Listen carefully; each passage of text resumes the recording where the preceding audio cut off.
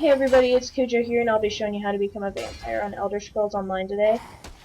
This is the location in Reaper's March for the Aldmeri Dominion where vampires spawn. There's plenty of other locations, but this is just the one I picked, and it's pretty much the most popular. So what you'll do is you'll go into the character screen after you've been attacked by a vampire or a blood fiend, and it should show you that you've been infected with vampirism in the active effects in the character screen on the pause menu. Once you get infected, you're able to start a quest in Rocca, and from there it'll guide you into becoming a vampire. So let's go find this guy real quick and get this quest on a roll. Alright, so like I said, it's in Rocca. These are all the other towns around it. So what you'll do is you'll just head that way. Let's see here. Alright, so he should be over here where this quest marker's at. I'll wait for him to appear. There he is. Then you'll just go up to him and you'll start talking to him, and in turn that starts the quest for you. Ah, that look so familiar. Your mouth is dry, your blood boils. Follow your blood. It will lead you to Rahaja. Now we're good to go. We will he'll tell you of a location where you're supposed to go in order to do the vampire ritual or whatever it's called.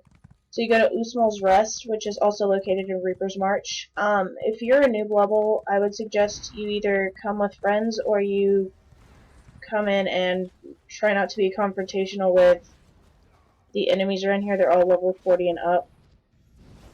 And see, over here is the altar that you're supposed to go to, but we need to find the lady that will tell us what to do. Oh, there she is. Anyway, so you'll talk to her and she'll give you the way in and stuff like that. So you just have to sneak in here. It's a crypt.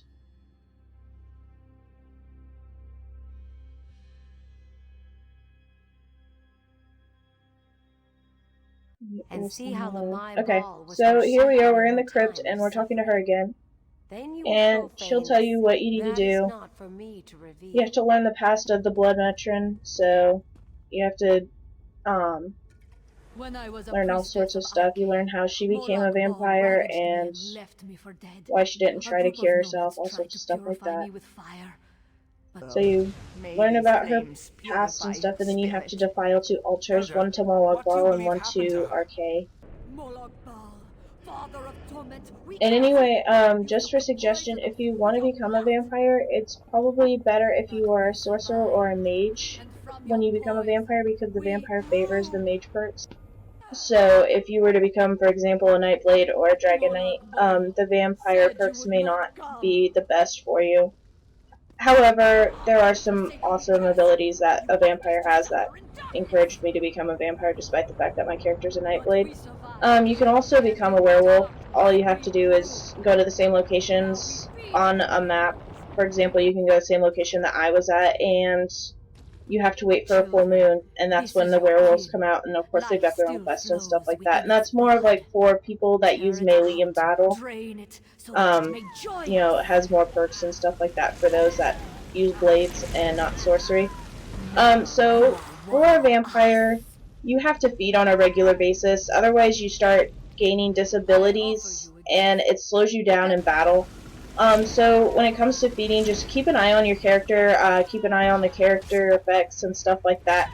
Vampirism goes from, for example, on stage 2, they're 25% weaker to fire than normal races are, and at stage 3 that increases to 40%. So just be careful about that, because it could slow you down in missions, get you killed a lot more, damage your armor, you have to get all that fixed. So just keep that in mind.